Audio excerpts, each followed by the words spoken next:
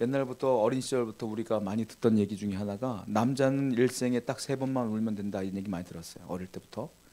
남자는 언제 울죠? 태어날 때 한 번 울고, 그리고 부모님이 돌아가실 때 한 번 울고, 나라가 망할 때 한 번 운다 이런 얘기 들었어요. 그러니까 남자들은 어릴 때부터 울지 마 울지 마 소리를 너무 많이 들었어요. 우리는. 그리고 남자가 이렇게 울고 있으면 어른들이 맨날 그러죠. 사내 자식이 왜 울어? 이런 얘기 많이 들었잖아요. 이게 유교 사상이에요. 유교 사상 가운데 선입견이 있는데 남자는 강하기 때문에 울면 안 돼. 이게 선입견이 있어요. 여자가 울면 여자의 눈물은 무기라 그러잖아요. 여자가 울면 다 만사 오케이야. 안 들어주던 부탁도 들어줘. 남자가 울면 욕만 먹어 그냥. 왜 우냐? 그러잖아요. 남자는 그래서 어릴 때부터 그 습관이 있어요.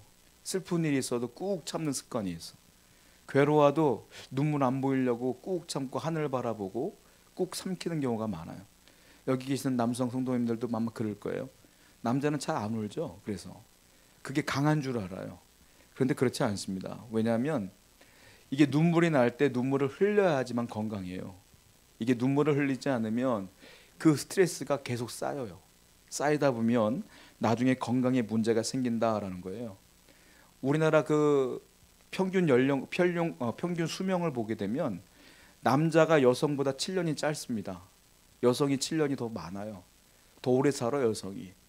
왜 그럴까요? 여성분들은 모이면 조금 무슨 얘기가 있으면 연세 좀 있는 분들은 늘 같이 울어. 같이 울면서 동감해줘. 남자들은 울질 않아. 울질 않으니까 속상한 일 있어도 혼자 틀에 박혀갖고 남들 앞에 눈물 안 보이려고 그래. 여러 가지 남자가 오래 살지 못하는 이유가 있겠지만 의사들이 이런 것도 원인이 있다고 얘기를 해요. 뭡니까? 눈물을 흘리지 않는 것. 그것도 영향이 있다라고 말을 해요. 왜냐하면 눈물은 우리 건강에 굉장히 중요한 건데 내가 눈물이 난다는 건 그만큼 힘들다는 표현이거든. 내 육체가 힘들면 너 힘들어. 이걸 가르쳐 준 게 눈물이에요. 너무 힘들거나 괴롭거나 아프면 눈물이 나. 그때 눈물을 흘려야 되지. 눈물을 삼켜버리면 이게 스트레스가 쌓여요. 이게 몸이 좋아지지가 않아요. 그러다 보니까 남자든 여자든 성도든 어린아이든 목사든 모든 사람들은 여러 가지 어려움이 있거나 그럴 땐 눈물을 좀 흘릴 수 있어야 돼요. 그래야지 건강하게 살 수 있다라는 거예요. 자, 우리가 왜 눈물을 흘려야 될까요? 제가 지금까지 말씀드린 것처럼 첫 번째는 오래 살기 위해서요. 건강하게 오래 살려면 눈물을 흘리셔야 돼요, 여러분들. 눈물이 날 때 눈물을 흘려야지. 눈물을 참고 있다 보면 여러분들 나중에 병 생겨요. 의학자나 심리학자들이나 정신과 의사들이 뭐라고 말하냐면 눈물이라는 것은 내 육체에 정말로 최대치의 고난이 왔을 때 내 몸이 반응하는 것이 눈물이라는 거예요. 그 눈물을 그때 흘려줘야 된다는 거예요. 안 그러면 문제가 생기는데 이 눈물에 힘이 있는데 눈물에 어떤 힘이 있느냐면 몸을 이완시킨대요. 몸과 마음을 이완시켜주고 또는 혈압도 낮춰준대요. 내가 슬플 때 눈물을 엉엉 울면 눈물을 흘리면 혈압도 낮아진대. 근데 그걸 꾹 참으면 혈압도 높아지고 몸이 긴장 상태가 되기 때문에 건강에 하나도 유익이 안 된다. 이렇게들 의사들이 얘기를 해요. 예전에 1997년도에 영국 국민들의 사랑을 한 몸에 받았던 왕세자비가 돌아가셨죠. 다이애나비 알 거예요, 여러분들. 다이애나비가 죽었어요. 그런데 영국 사람들이 다이애나비를 너무너무 사랑했거든요. 다이애나비가 죽었을 때에 이 다이애나가 죽었을 때 모든 영국 사람들이 막 울었어요. 엄청 울었어요. 제가 TV를 통해서도 본 기억이 있는데 뉴스를 통해서 영국 사람들이 막 엉엉 우는 걸 봤어요. 엄청나게 울었어요. 근데요, 그 놀라운 거는 그 1997년도에 정신과 의사들이 통계를 했는데 해마다 그 사람들이 진료를 했을 거 아니에요, 환자들을. 1997년도에는 우울증 환자가 현저히 줄었대요, 영국 사람들 가운데. 왜냐하면 그 사람들이 울고 할 때 다이애나 때문에 울었지만 내면대에 있는 자기도 모르는 스트레스가 그때 같이 풀린 거라. 그래서 우울증 환자가 많이 줄었대요. 그래서 그 사람들이 그걸 뭐라고 말했냐면 다이애나 효과 이렇게 표현해요. 실질적으로 그런 일이 벌어졌어요.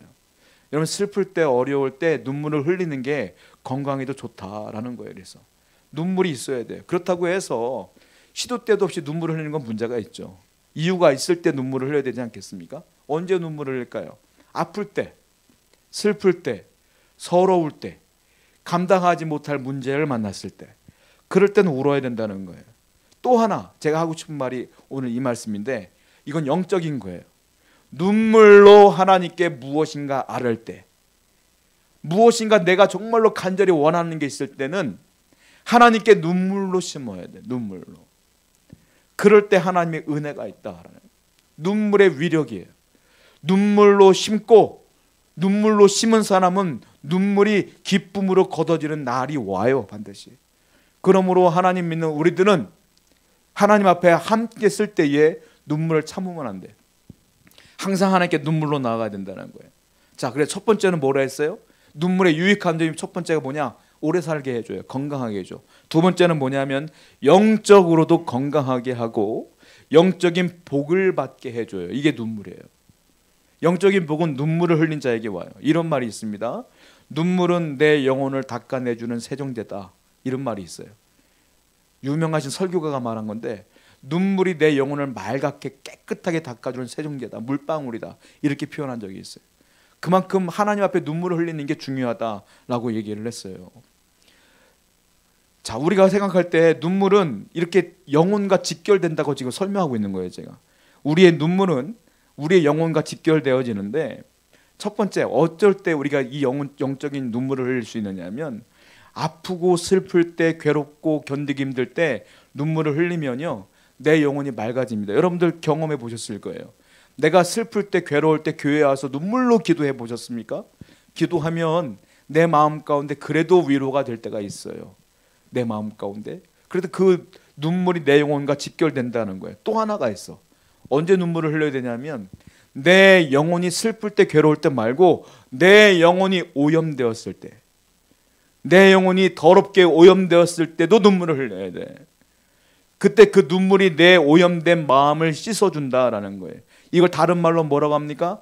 회개의 눈물, 이렇게 말합니다.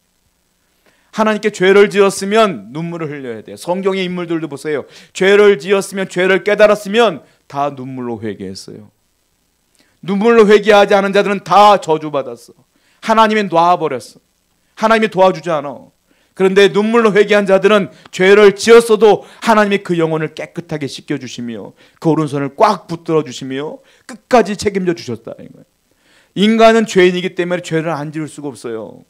여러분들도 하루에 몇 번씩 죄를 지었을 거예요. 그 모양 그대로 온 거예요, 여러분들이. 그 오늘 밤 우리가 왜 왔느냐? 눈물로 회개해야 된다. 그래야 하나님의 은혜가 다시 회복되지 않겠느냐라는 성경을 보겠습니다. 시편 56편 8절 말씀에 시작. 나의 유리함을 주께서 계수하셨사오니 나의 눈물을 주의 병에 담으소서. 이것이 주의 책에 기록되지 않냐. 누가 썼느냐 하면 다윗이 한 말입니다. 다윗이 뭐라고 했어요? 하나님, 나의 유리함을, 나의 죄악됨을 주께서 계수하셨사옵나이다. 내 죄를 다 아셔요, 하나님은. 그러니까 내가 지금 눈물을 흘립니다. 나의 눈물을 주의 병에 담으소서. 여러분, 이게 놀라운 고백인데, 내 눈물을 주의 병에 담으소서. 눈물을 흘려봤자 얼마나 흘리겠어요, 여러분들이? 병에 담을 수 있어요? 근데 병에 담으소서. 그것도 주의 병에. 하나님 병에 담을 수 있을 정도로 다윗이 눈물을 많이 흘렸다는 거예요. 얼마나 많이 회개하며 얼마나 많이 주 앞에 눈물을 흘렸겠습니까? 그 고백을 하는 거예요. 사실 다윗이 지금 회개하는 내용이거든요. 이게 다윗이 도대체 얼마나 큰 죄를 지었겠어요? 여러분과 다윗 비교해 보세요. 다윗이 큰 죄를 지었겠어요? 여러분들이 죄를 많이 지었겠어요? 여러분들은 아니 다윗이죠. 다윗은 큰 죄를 지었죠. 밧세바를 취했잖아요. 이렇게 말할 수 있어요. 저는 그러지 않았어요. 여러분들 떳떳할 수 있습니까? 여러분, 그 당시 왕은요, 어떤 그 나라의 여인들 다 취할 수 있어요. 이건 합법이야. 왕이 밧세바를 취하던 누구를 취하든 상관없어. 그건 죄가 아니에요, 원래. 왕은 그 모든 나라의 여자는 다 왕건데 죄가 아니야. 근데 밧세바 취한 것 때문에 다윗은 회개해. 왜? 영혼이 깨끗하니까. 사람들은 죄가 아니라고 해도 다윗은 하나님 앞에 단독으로 섰을 때 아무리 합법적이라도 하나님이 아니라고 아닌 거거든. 그러니까 회개한 거예요, 여러분. 여러분들이 다윗보다 깨끗하냐는 거예요. 다윗은 그런데 어떻게 해요? 눈물로 주의 병을 채울 정도로 회개하며 살았다. 그런데 우리는 뭐가 그렇게 당당한지 하나님께 회개하지 못하고 눈물 한 번 흘리지 못하며 기도 제대로 하지 못하고 산다? 그러면서 어떻게 내 영혼이 복을 받기를 원하겠느냐? 라는 거예요. 오늘 밤 여러분들 다시 한번 눈물로 회개했으면 좋겠어요.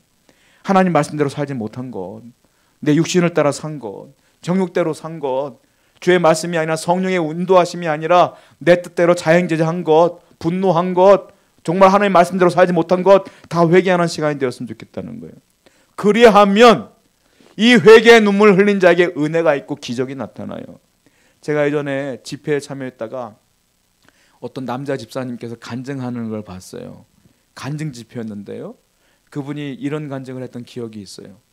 그분이 자기한테 얘기해요. 저는요 간이 정상이 아닙니다라고 말하더라고요. 간이 잘라져 있대요. 왜 그러냐 했더니 자기가 간암이었었다는 거예요. 그리고 자기는 교회를 다니지 않았대. 와이프가 그렇게 믿음이 좋았대요. 근데 그렇게 전도를 했는데 교회를 안 나갔대. 그러다가 간암이 걸린 거야. 술을 그렇게 먹다 보니까.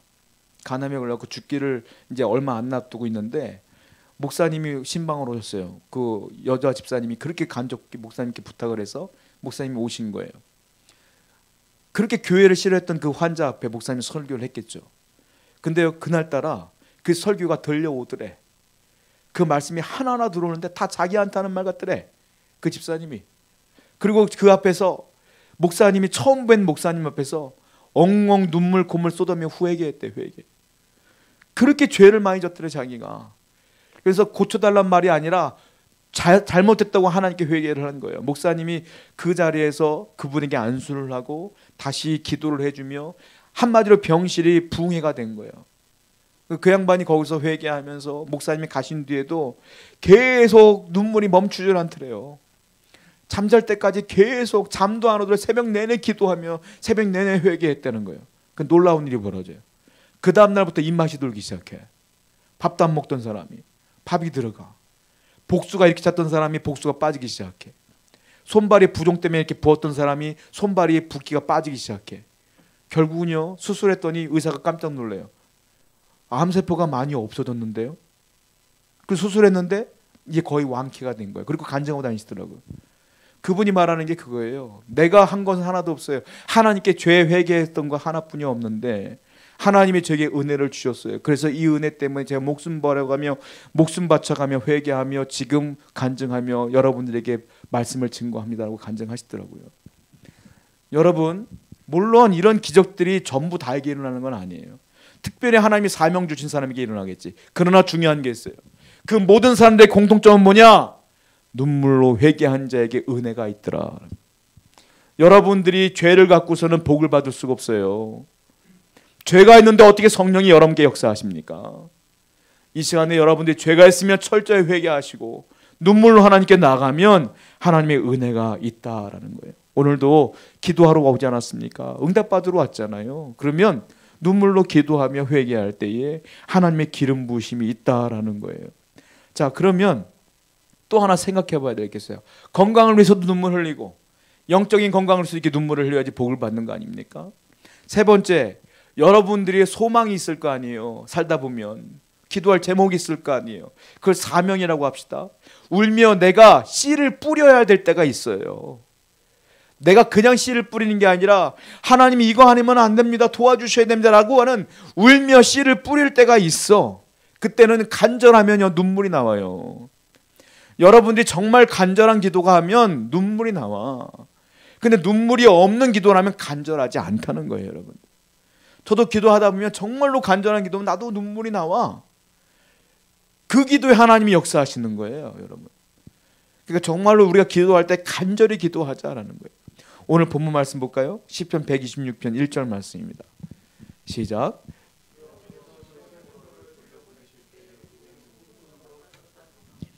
자, 이게 어떤 내용이냐면 이스라엘 백성들이 바벨론의 포로로 잡혀갔다가 70년 만에 돌아옵니다. 돌아올 때 그들이요 고백한 내용이에요. 여호와께서 시온의 포로를 돌려보내실 때에 우리는 꿈꾸는 것 같았도다. 너무 기쁜 거죠. 70년 동안 포로 생활하다가 다른 나라에서 이제 70년 만에 하나님의 은혜로 고국으로 돌아오는 거니까 얼마나 행복하겠어요? 꿈꾸는 것처럼 행복한 거예요 지금. 이게 현실에서 가능하단 말이야 라고 하면서 노래하는 내용이 시편 126편 내용이에요. 이게 너무 기쁜 내용 아닙니까? 너무 행복한 내용 아니겠어요? 바벨론이 망하고 바사, 그 바벨론 다음에 페르시아로 넘어가기 전에 메데바사가 있었어요. 그러니까 바벨론과 바사의 중간쯤이라면 될 거예요. 거기다가 나중에 바사로 완전히 넘어가는데, 바사 제국의 왕이었던 초대 임금 고레스가 야 너희들 나라 돌아가라 라고 칙령을 내려요. 그래서 이스라엘 백성들이 바벨론에 의해서 포로로 잡혀갔다가 페르시아의 고레스에 의해서 돌아가는 장면이에요. 너무 행복한 장면 아닙니까? 자, 이게 실질적으로 있었던 사건이에요. 1879년도에 고레스 왕의 무덤이 발견됩니다. 그때 쐐기 문자가 발견되어지는데, 자, 그림 한번 보여드릴게요. 쐐기 문자가 뭐냐면 이게 글자예요. 이 그림처럼 보이지만 그 당시 페르시아의 글자입니다. 이게 쐐기 문자라고 그래요. 자, 이 문자가 발견된 거예요. 이게 다 글자인데 못 읽잖아 우리는. 근데 이 글자가 어떻게 발견됐냐 하면 고레스의 무덤에서 고레스의 실린더라는 게 발견됐는데, 이게 작아요. 가로 10cm, 세로 23cm 되는 통이야, 통. 다음 그림 보여드릴게요. 이거예요. 이 고레스의 실린더인데 겉이 조금 거칠어 보이죠? 이게 다 글자입니다. 아까 그 쐐기 문자가 다 쓰여져 있는 거예요. 이게 다 글씨를 써 있는 거예요. 대형 박물관에 지금 전시되어 있다고 하는데 다 글씨야. 이 글씨를 고고학자들이 연구를 해봤어요. 쐐기 문자를 무슨 내용인가. 놀라운 일이 벌어졌어요. 어떤 내용이냐? 성경 말씀이 쓰여 있어요. 자, 어떤 내용이냐면 역대하 36장 22절부터 23절 말씀이야. 한번 읽어볼게요. 시작. 바사의 고레스 왕 원년에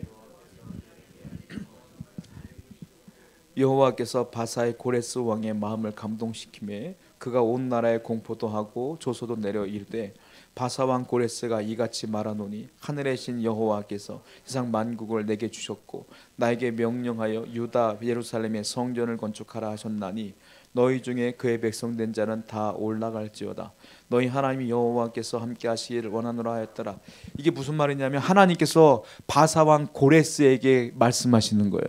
너희는 내 백성을 돌려보내라 해서 고레스가 이 명령에 따라 칙령을 내려 돌려보내요. 이 사건이 지금 시편 26편의 말씀이란 말이에요. 그런데 이 내용이 아까 보였던 고레스의 실린더에 그대로 실려 있더라는 거예요. 그러니까 이 내용이 역사적 사실이야. 진짜로. 그런데 그 고레스의 실린더에는 여호와라는 이름이 써 있지 않고요. 그들의 바사의 신의 이름이 써 있어. 마루둑이라는 신이 있는데 그들이 섬기는 신이야. 지금 왜냐하면 페르시아는 하나님을 믿지 않는 나라예요. 그러니까 어느 날 마음 가운데 신이 말씀하신 거야. 근데 그 신이 여호와인지 하나님인지 몰라. 이 사람들은 자기들이 믿는 신은 마루둑이야. 그러니까 마루둑이 말했구나 라고 말한 거지만 성경에는 하나님 말씀하시는 거 써 있잖아요. 결국 그 말씀은 하나님이 하신 거예요. 자, 마루둑이 누구냐? 이런 신이에요. 다음 그림 보여드릴게요.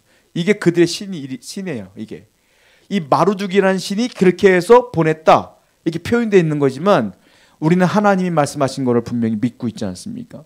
성경에 써 있잖아요. 하나님이 이스라엘 백성들을 70년 만에 돌려보내주셨다라는 거예요. 자, 기쁜 거잖아요. 행복한 거잖아요. 그러니까 기쁘며 감동하는 마음으로 시편의 말씀이 써 있는 거예요. 자, 그 이후에 계속해서 감사의 찬양이 나오는데 2절과 3절 한번 더 볼게요. 시편 읽어보겠습니다. 시작.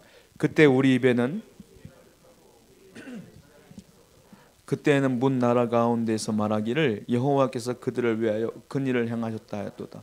여호와께서 우리를 위하여 큰 일을 행하셨으니 우리는 기쁘도다. 자, 계속 그 포로에서 귀환된 것 때문에 기뻐하는 장면이에요.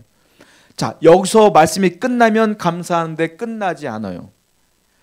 아, 기뻐했구나 라고 끝나는 게 아니야. 자, 왜 이렇게 하나님의 은혜 가운데 우리가 기뻐했느냐라는 내용이 그 뒤에 나온다는 거예요. 여러분, 웃음의 반대말은 뭡니까? 눈물이겠죠.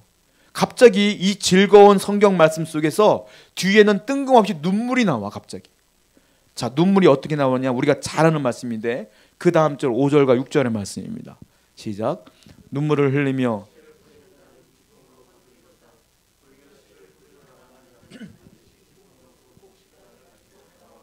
포로에서 귀환된 것 때문에 기뻐했던 내용들이 쭉 나오다가 갑자기 울며 씨를 뿌리는 자는 기쁨으로 거두리로다. 울며 씨를 뿌리러 나가는 자는 반드시 기쁨으로 그 곡식단을 가지고 돌아오리라. 이렇게 말하고 있어요. 무슨 말이냐? 우리가 이렇게 70년 만에 포로에서 돌아온 이유는 우리가 눈물로 씨앗을 심었기 때문이다 이 말이에요. 우리가 하나님 앞에 눈물로 씨앗을 심었기 때문에 그 눈물이 기쁨의 곡식으로 바뀌었다 이 말이에요. 그러니까 기쁨이 먼저가 아니라 뭐가 먼저다? 눈물이 먼저다. 눈물의 씨앗이 먼저였고 하나님이 그 눈물의 기도의 응답을 통하여 우리에게 역사하신 것이다 라고 말하는 거예요. 자, 맨 처음에 그들이 눈물을 흘린 이유가 있어요. 첫 번째 이유가 있어요. 뭡니까? 여러분 생각해 보세요. 70년 동안 바벨론으로 포로로 잡혀가. 이건 피눈물이죠. 피눈물. 나라가 망해서 내가 나라를 빼앗겨서 포로로 잡혀간다? 피눈물 나죠. 그들의 첫 번째 눈물은 피눈물이었을 거예요. 자, 바벨론으로 붙잡혀 갔어요. 그런데 하나님의 말씀이 들려와. 내가 너희들을 왜 망하게 했느냐? 내가 너희들을 왜 포로로 잡아갔느냐?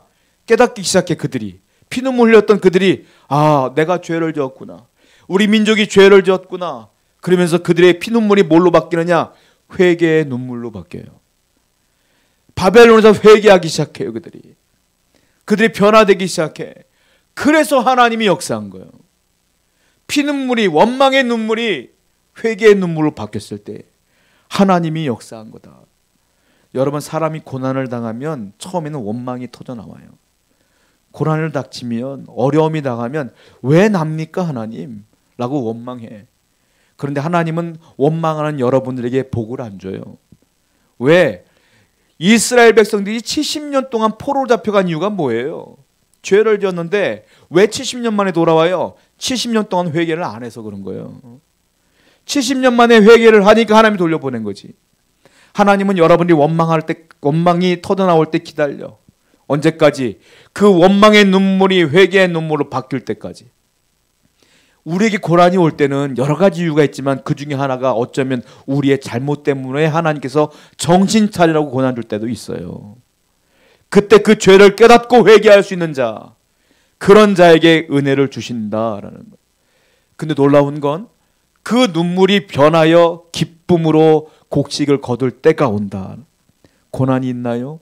어려움이 있습니까? 여러분, 눈물로 씨앗을 심어 보십시오. 눈물로 기도해 보세요. 때가 되면 그 눈물이 기쁨으로 반드시, 제가 확신해요, 반드시 기쁨으로 바뀔 줄로 믿습니다. 눈물은 반드시 보상이 있어요.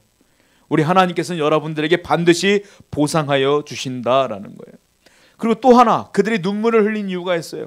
눈물로 씨를 뿌린 자는 기쁨으로 거두리라. 자, 돌아왔어요. 고국으로 돌아왔는데 예루살렘이 어떻게 됐어요? 다 없어져 버렸어. 성이 다 무너져 버린 거야. 그것을 보니까 괴로운 거야. 그리고 이것을 어떻게 건축할까 답답한 거야. 방법이 없어.